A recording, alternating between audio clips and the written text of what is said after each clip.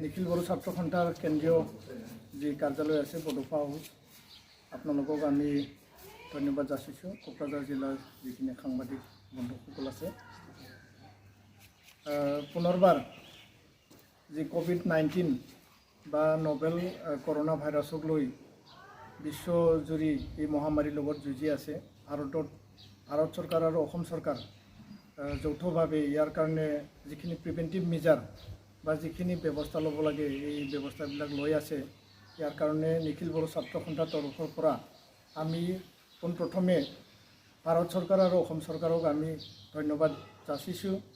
তেওঁলোকে যিখিনি পদক্ষেপ লৈছে এই পদক্ষেপ অনাগত দিনত আৰু অধিক যাতে ল'ব পাৰে ইয়াৰ কাৰণে আমি ধন্যবাদ যাচিছোঁ। দ্বিতীয় কথাটো হ'ল নিখিল বড়ো ছাত্ৰ সন্থাই অসম আৰোগ্য নিধি যি এটা পুঁজি আছে, ফাণ্ড আছে, এই অসম আৰোগ্য নিধিত 1,52,000 আমি নিখিল বড়ো ছাত্ৰ সন্থাৰ একাউণ্টৰ পৰা অসম চৰকাৰক আমি ডনেশ্যন বা আমি দান কৰিব বিচাৰিছোঁ, যাতে কোভিড-19 মহামাৰীৰ লগত অসমত যিখিনি এতিয়া হস্পিটেল বনোৱাৰ কাৰণে বা কোভিড-19ৰ লগত ফাইট কৰিবৰ কাৰণে যিখিনি ব্যৱস্থা চলাই আছে চৰকাৰে, ইয়াত যাতে সহায়ৰ হ'ব পাৰে ইয়াৰ কাৰণে আমি 1,52,000 অসম চৰকাৰৰ অসম আৰোগ্য নিধি এই ফাণ্ডত আমি এইটো দান কৰিলোঁ আজি। 3 নম্বৰ কথাটো হ'ল যে কোভিড-19ৰ লগত যুঁজিবৰ কাৰণে যিখিনি অসম চৰকাৰে ব্যৱস্থা লৈছে, নিখিল বড়ো ছাত্ৰ সন্থাৰ তৰফৰ পৰা অসম চৰকাৰক আমি মেমৰেণ্ডাম আকাৰে তেওঁলোকক কিছু প্ৰস্তাৱ কিছু ডিমাণ্ড আমি ৰাখিছিলোঁ যে অসমৰ গোটেইকেইটা যিখিনি মেডিকেল কলেজ আৰু হস্পিটেল আছে আৰু বৰপেটা যি ফখৰুদ্দিন আলী আহমেদ আৰু TMC এই দুটা উল্লেখ কৰি পেলাই গোটেইকেইটা যিখিনি মেডিকেল কলেজ আৰু হস্পিটেল এইটো কোভিড-19ৰ হস্পিটেল বা কৰোণা হস্পিটেল হিচাপে ডিক্লেয়াৰ কৰা আৰু এইটো অসম চৰকাৰে অলৰেডি কৰিছে। বিশেষকৈ 5টা সুকীয়া যি হস্পিটেল ইয়াত স্থাপন কৰাৰ কথা অসম চৰকাৰে বা স্বাস্থ্যমন্ত্ৰী ডক্টৰ হিমন্ত বিশ্ব শৰ্মা ডাঙৰীয়াই আগবঢ়াইছে বা মুখ্যমন্ত্ৰী ডাঙৰীয়াই কৈছে, সেই 5টা হস্পিটেলৰ পৰা BTR অঞ্চলত অন্ততঃ 2খন হস্পিটেল আমি বিচাৰিছোঁ যাতে তেওঁলোকে এইটো স্থাপন কৰে। 3 নম্বৰ কথাটো হ'ল যে অনাগত দিনত আমাৰ এই অঞ্চলত অধিক যাতে কোৱাৰেণ্টাইন চেণ্টাৰ আমি পাব পাৰোঁ। জিলা প্ৰশাসন বা DC-বিলাকে ইয়াৰ কাৰণে ব্যৱস্থা লয়, চৰকাৰে ব্যৱস্থা লয়, এইটো আমি দাবী জনাইছোঁ। বেংগলোৰ, কেৰেলা, চেন্নাই বা অসমৰ বাহিৰত যিখিনি আমাৰ অসমৰ মানুহ আছে তেওঁলোকে এতিয়া ঘূৰি আহিব বিচাৰিছে। অসম চৰকাৰে কৈছে যে সুকীয়া এটা ব্যৱস্থা কৰি পেলাই তেওঁলোকক ফেচ মেনাৰত ঘূৰাই অনা হ'ব। তো আমি দাবী জনাইছোঁ বা আমি আহ্বান জনাইছোঁ যে অনাগত দিনত তেওঁলোকক আনি পেলাই যাতে সুস্বাস্থ্যৰে তেওঁলোকে অসমত ঘূৰি আহিব পাৰে বা অসমত আহি পেলাই তেওঁলোকক ভালকৈ কোৱাৰেণ্টাইন কৰি পেলাই যাতে তেওঁলোকক আমি ঘৰত পঠাব পাৰোঁ। ইয়াৰ কাৰণে ৰাজ্য চৰকাৰে যিখিনি ব্যৱস্থা ল'ব লাগে এইটো যাতে অনাগত দিনত ফেচ মেনাৰত আনি পেলাই এইটো ব্যৱস্থা লোৱাৰ তেওঁলোকে ব্যৱস্থাটো লয়, এইটো কাৰণে আমি আহ্বান জনাইছোঁ। তৰফৰ পৰা এই 21 দিনীয়া যি লকডাউন ঘোষণা হৈছে প্ৰধানমন্ত্ৰীৰ দ্বাৰা বা ভাৰত চৰকাৰে ঘোষণা কৰিছে, তো দৰিদ্ৰ দুখীয়া যিখিনি ৰাইজ আছে তেওঁলোকক সহায় কৰাৰ কাৰণে আমাৰ আঞ্চলিক জিলা বা কেন্দ্ৰীয় পৰ্যায়ত বিভিন্ন ব্যৱস্থাবিলাক আমি চলাই আছোঁ। আৰু তেনে ক্ষেত্ৰত বিশেষ এটা অসুবিধা আমি পাইছোঁ যে জিলা প্ৰশাসনবিলাকে আমি যিখিনি সহায়ৰ আগবঢ়াবৰ কাৰণে ব্যৱস্থা হাতত লৈছিলোঁ তেওঁলোকে আমাক অনুমতি প্ৰদান কৰা নাই।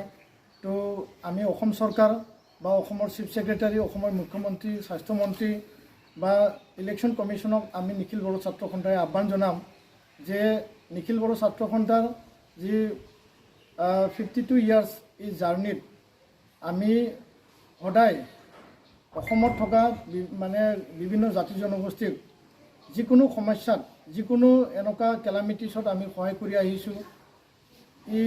মানে গোষ্ঠী সংঘৰ্ষৰ সময়তে হওক বা বিভিন্ন সময়ত আমি নিখিল বড়ো ছাত্ৰ সন্থাই সদায় আমি ৰাইজৰ দান বৰঙণি লৈ পেলাই আমি সহায়ৰ হাত আগবঢ়াই আহিছোঁ। আৰু অসমৰ ৰাইজে নিখিল বড়ো ছাত্ৰ সন্থাৰ বুৰঞ্জী জানে যে আমি সঠিক আৰু সঁচা অৰ্থত আমি ৰাইজৰ হকে কাম কৰিবৰ কাৰণে সদায় আমি কাম কৰি আহিছোঁ আৰু অনাগত দিনতো আমি কাম কৰি যাম। তো ইয়াৰ কাৰণে আজি তাৰিখত আমি যিখিনি অসুবিধাৰ সন্মুখীন হৈছোঁ যে জিলা প্ৰশাসনবিলাকে আমাক অনুমতি প্ৰদান কৰা নাই বা আমি মানে যিখিনি আমি কাম কৰিব লাগে এই কাম কৰাত আমি সুযোগ পোৱা নাই। তো ইয়াৰ কাৰণে অসম চৰকাৰলৈ আমাৰ বিশেষ অনুৰোধ বা ইয়াত মডেল কোড অফ কণ্ডাক্ট থকাৰ কাৰণে বিশেষ তেনেকুৱা অসুবিধা ছাত্ৰ সংগঠনৰ মানে তেনেকুৱা হৈছে বুলি তেওঁলোকে কৈছে।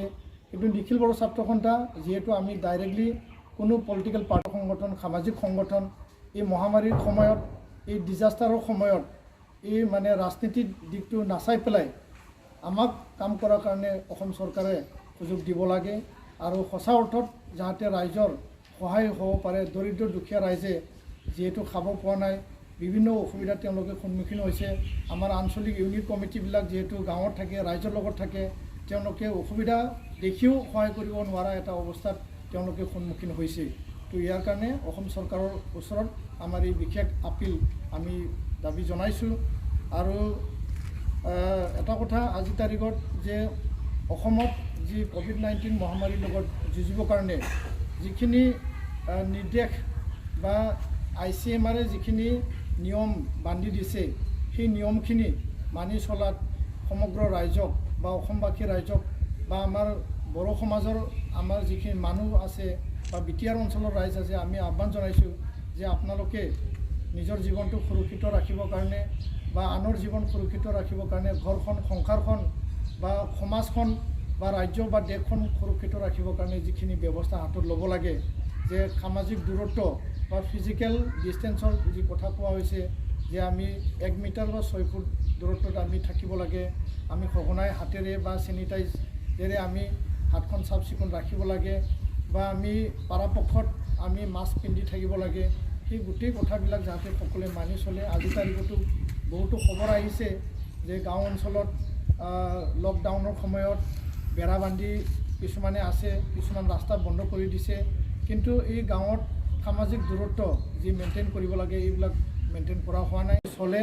আৰু এই যি ফিজিকেল ডিষ্টেঞ্চ বা সামাজিক যি দূৰত্ব ছ'চিয়েল ডিষ্টেঞ্চৰ কথা কোৱা হৈছে, আজি তাৰিখত COVID-19 বা কৰোনাৰ ভেকচিন যিহেতু ওলোৱা নাই, আটাইতকৈ ডাঙৰ ভেকচিনটো হ'ল যে আমি সামাজিক দূৰত্ব বা ইজনে আনজনৰ মানে যাতে দূৰত্ব মেইনটেইন কৰি ৰাখে। ইয়াৰ দ্বাৰাই আমাৰ জীৱন সুৰক্ষিত হ'ব, সমাজখন সুৰক্ষিত হ'ব, ৰাজ্য আৰু দেশখন সুৰক্ষিত হ'ব। তো আজি মই অসমবাসী ৰাইজক আকৌ পুনৰবাৰ নিখিল বড়ো ছাত্ৰ সন্থাৰ তৰফৰ পৰা আমি আহ্বান জনাইছোঁ।